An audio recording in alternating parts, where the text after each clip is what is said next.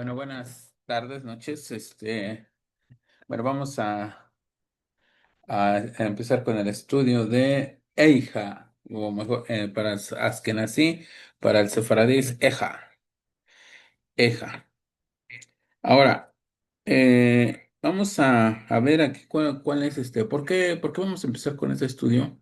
Porque dentro de algunos días, vamos a empezar las 3 semanas que se llama Ben Hametzarim.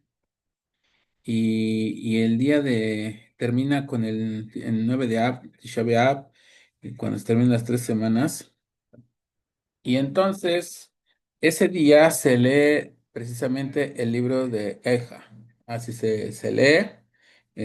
Y aparte se lee también un libro que se llama Kinot, que ese se llaman Lamentaciones. Y entonces, como ya estamos próximos a la fecha, entonces vamos a empezar a estudiar este contenido. Para Decíamos que esta carta, esta Megilá de Eija, si nosotros le hacemos justicia al texto, no significa lamentaciones. Se conoce el libro como de lamentaciones porque hay muchos lamentos, pero no, no significa Eija, sino decíamos que Eija se dice cómo. Y entonces después, como los capítulos iniciales, el uno, el 3, el 2, el 3, habla de la caída de Israel y todo lo que hicieron, entonces dice, ¿cómo has caído? Ese sería el tema. Ahora, si nosotros lo comparamos, esta Megilá, de las mismas letras de la palabra Eja, que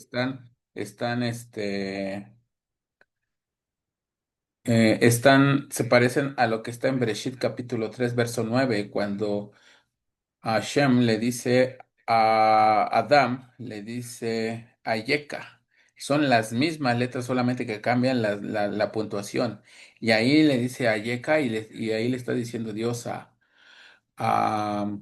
Adam, le dice, ¿dónde estás?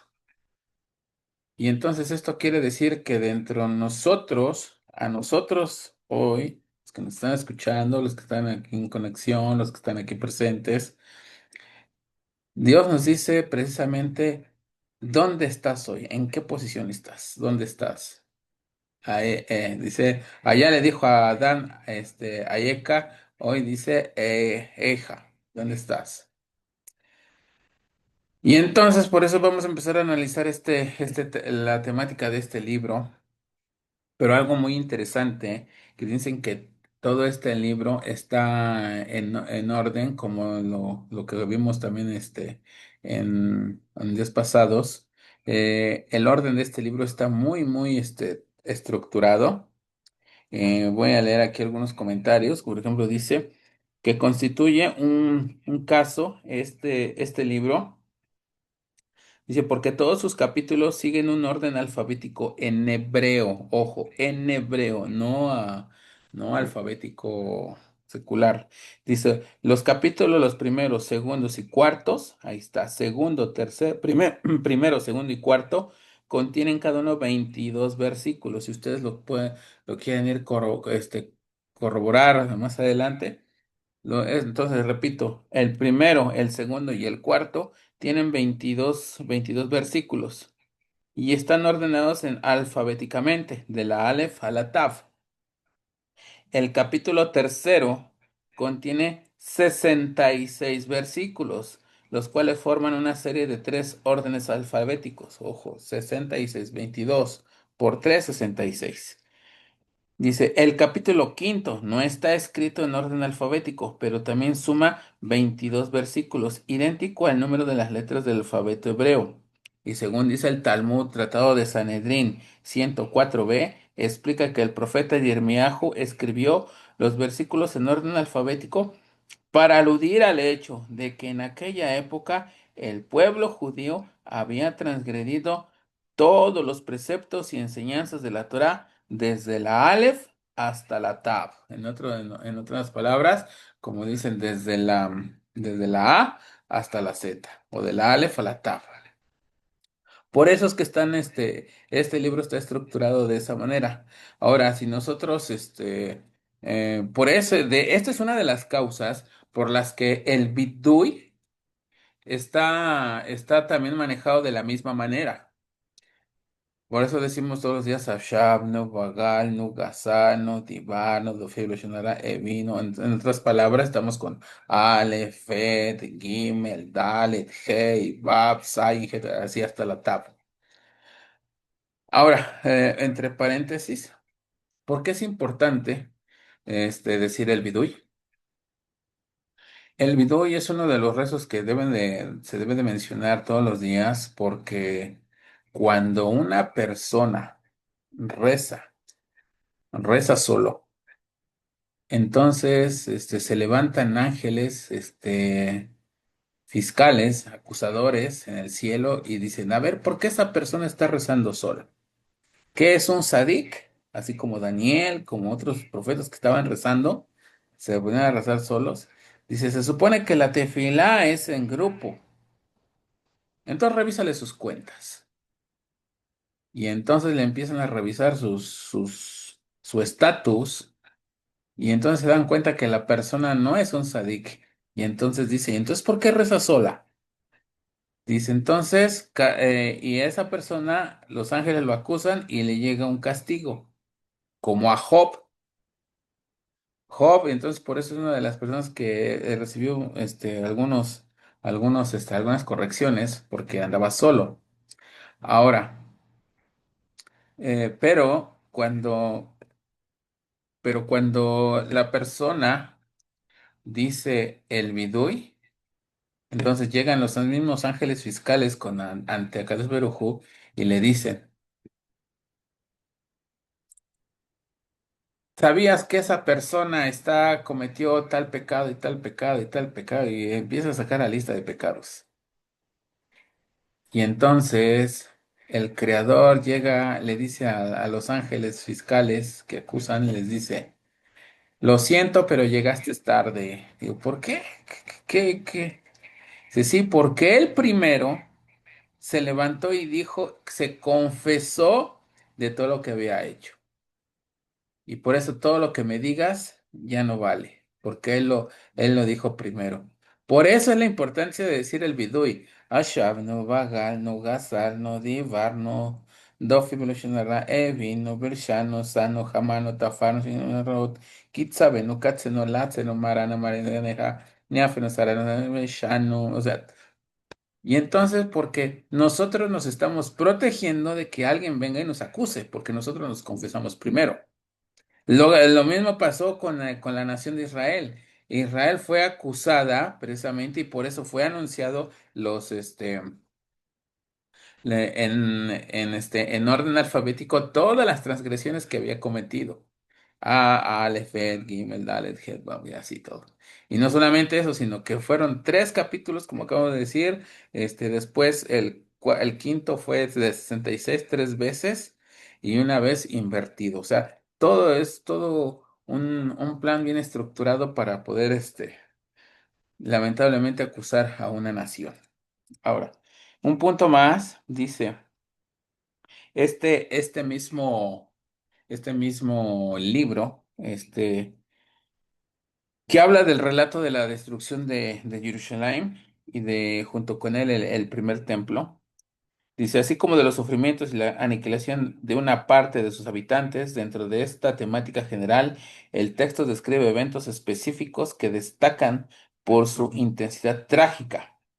Aparte de la destrucción del gran templo, de su profanación por parte del ejército enemigo, el texto describe vívidamente el sometimiento y la destrucción de la nobleza y la dinastía real del reino de Yehudá, así como de los sacerdotes profetas, otro hecho que narraron que se basa en los límites de la inconcebible, en la dureza del asedio que llevó a algunos habitantes de la ciudad de Jerusalén, así como de cometer el canibalismo.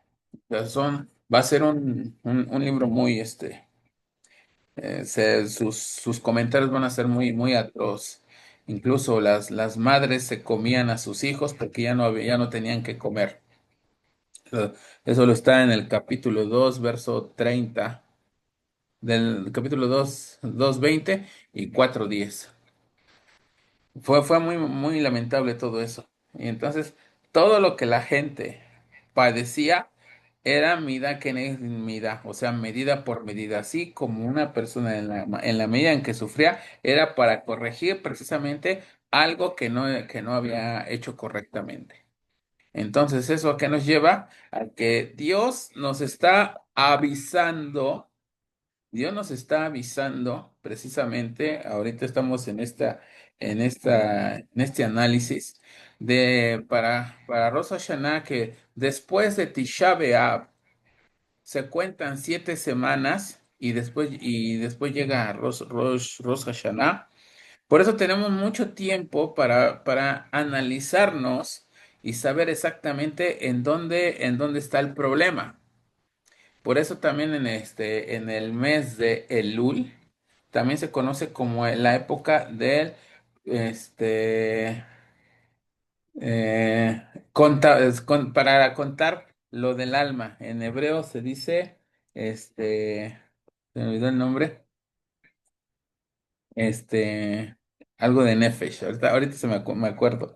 Pero es importante saber con las cuentas cuánto tengo yo para poder solventar el juicio que voy a tener en Rosh Hashanah.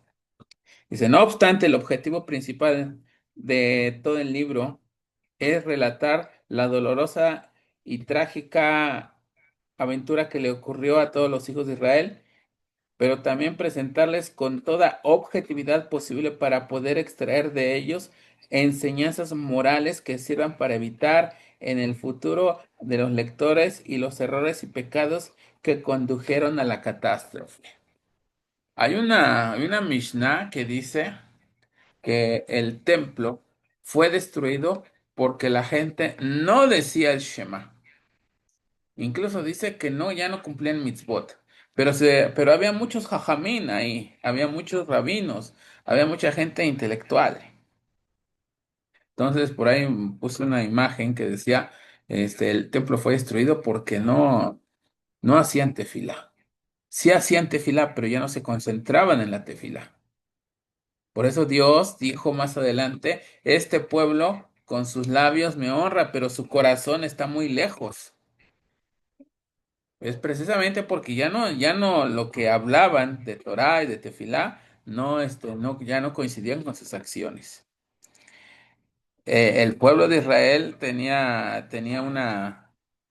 sabían que Dios siempre los ayudaba. Y entonces cuando llegó estas sentencias, al profeta lo querían apedrear, lo querían matar. ¿Por qué? Dice, ¿cómo es posible que tú estás hablando cosas desastrosas en contra de Israel si Dios siempre nos ha ayudado? Y entonces, cuando dice, tú estás loco, le dijeron varias cosas. Al final, llegaron los desastres que habían ha sido mencionado el profeta y el millajo. Ahora, ¿esto qué quiere decir? Que hoy hay mucha gente que dice lo mismo que le pasó a Noah. La gente no creía lo que Noah decía. Dice, Dios ¿cómo va a destruir todo esto? Es imposible. Y no va a destruir toda su creación. Y lo hizo. Ahora pasa algo similar en estos días. Mucha gente cree, y no es que esté en contra de nadie, pero mucha gente se va por el lado fácil, sobre todo en la cábala. Dicen, no, con la meditación, con hacer esto, pero no tienen contenido de mitzvot. Y entonces dicen, no, pues, Dios está conmigo, yo medito, hago otras situaciones. Y entonces, pues, como los de antes decían, Dios no nos puede destruir, somos elegidos. Pero entonces cuando el profeta empieza a declarar todos los errores del pueblo, desde la Aleph hasta la Taf, ¿qué es lo que precisamente la gente que estudia así? cábala, sin tener raíces, sin tener la profundidad del contenido de las Mishnayot, de la Torá como tal. Entonces dice, no se da cuenta que está cometiendo muchos errores. Y entonces la gente, como en aquellos tiempos, también es destruida. So, lo importante de todo esto es precisamente tener el contenido y saber y corregir lo que hemos estado haciendo equivocadamente, corregirlo y entonces, Besrat Hashem, que este próximo Rosh Hashanah tengamos un buen masal, un buen año y buenos decretos.